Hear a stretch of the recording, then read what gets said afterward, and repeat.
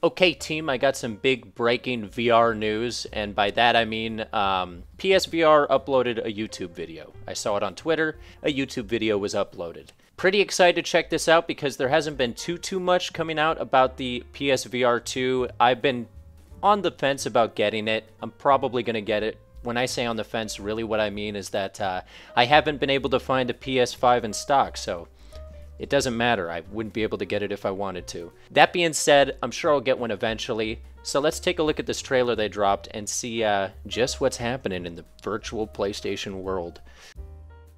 Alright, so this is the trailer. The title of the trailer is called Feel a New Real, which is a little scary, kind of creepy. This is your new reality. Feel it.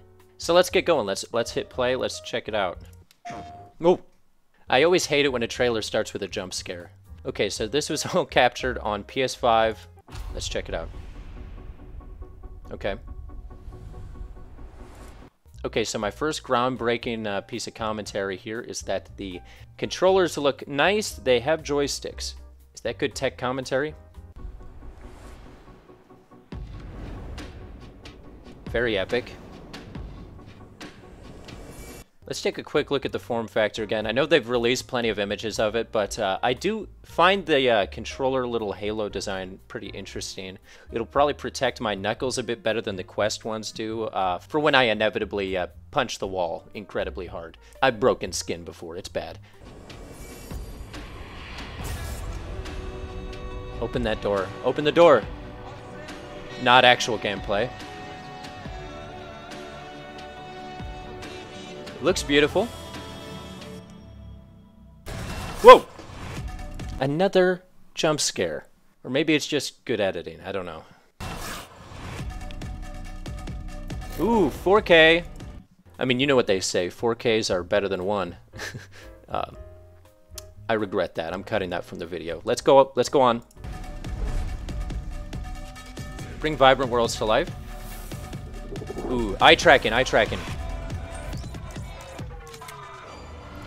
That is cool. That is honestly one of the most exciting things I've seen in consumer VR to be announced in general in a long time. So what they're showing here is the very first practical use for eye tracking I've personally ever seen in a VR game. So essentially the headset has built-in eye tracking inside so that when you're doing weapon selection in games like this, you can just glance up and down with your eyes. Voice crack on glance. You can glance up and down with your eyes and just choose a weapon just by looking in the direction you want to. You know, real full immersion, not fake full immersion. This is the direction that VR needs to go, this kind of implementation. Oh, let's watch that VR eye move one more time. Foveated rendering, gotta love foveation.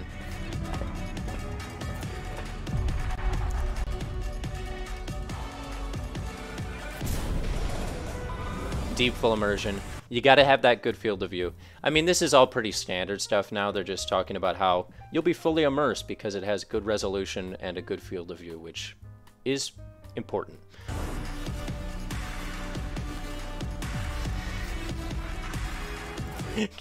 That was a creepy animation. Can we watch that guy finger that button one more time? Now just watch how this animated hand just fingers that trigger. I worded that poorly. I guess he's caressing the trigger?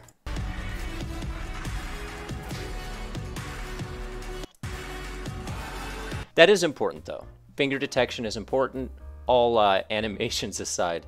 Now here it says Tempest 3D Audio Tech. I don't know what that is. In games that support this feature. Okay, one second. We're doing a quick Goog.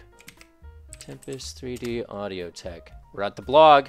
3D audio. Okay, so it's just like a form of 3D audio for full immersion. One thing to point out here though is that I'm assuming the 3D audio obviously will only really work if you have headphones plugged into the headset.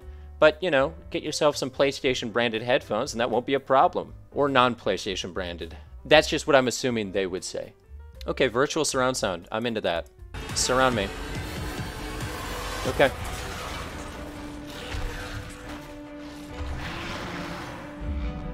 One side note, Horizon Worlds VR. Pretty excited for that because it's the first time in a while we're getting like a real AAA game release in VR, which is what we've desperately been needing. I'm looking at you, Splinter Cell VR. You disappointed me.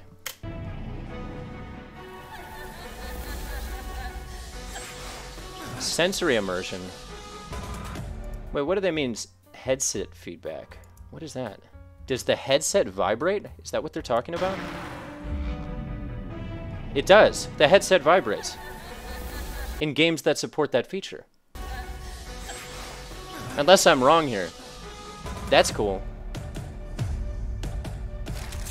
I mean, I get that you have to visualize haptic feedback somehow, but if you're pressing the button of a controller and it makes your hand fly back like this animation, maybe get checked for carpal tunnel or something. There's something going on with your grip strength. Whoa! Look at it, jolted. It jolts up his arm. I love that.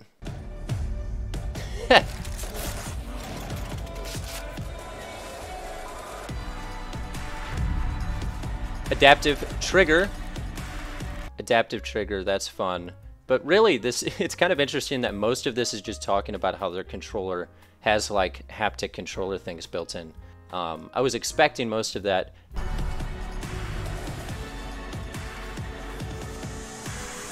Bam, bam, bam, bam, bam, feel a new real. This is your reality. You can't escape it. Okay. So yeah, my final thoughts. Looks pretty exciting. I do get why they focus so much on like the immersive little things that they added, like the basic haptic feedback for the controllers and things like that. Because it seems like the point of this really was to prove to people that their headset is going to be comparable to like other headsets on the market. I think we all know that one of the main issues with PSVR 1 was that the tracking was really not comparable to any consumer headsets that people were serious about. It just wasn't. So I feel like this was really to show people that this is going to be as good, if not better technology-wise, than the Quest, so that people will maybe start to go towards PlayStation as a serious competitor in the VR space, which I think they are now. Maybe. We'll find out when I eventually find a PS5 in stock 4 years from now. Anyway, let me know what you think, and I've never said this in a video before, but hit subscribe, I guess, you know, if you want to. I'll be checking out some more trailers, though, so if you see any more trailers drop, feel free to let me know, and other than that, my final thoughts are...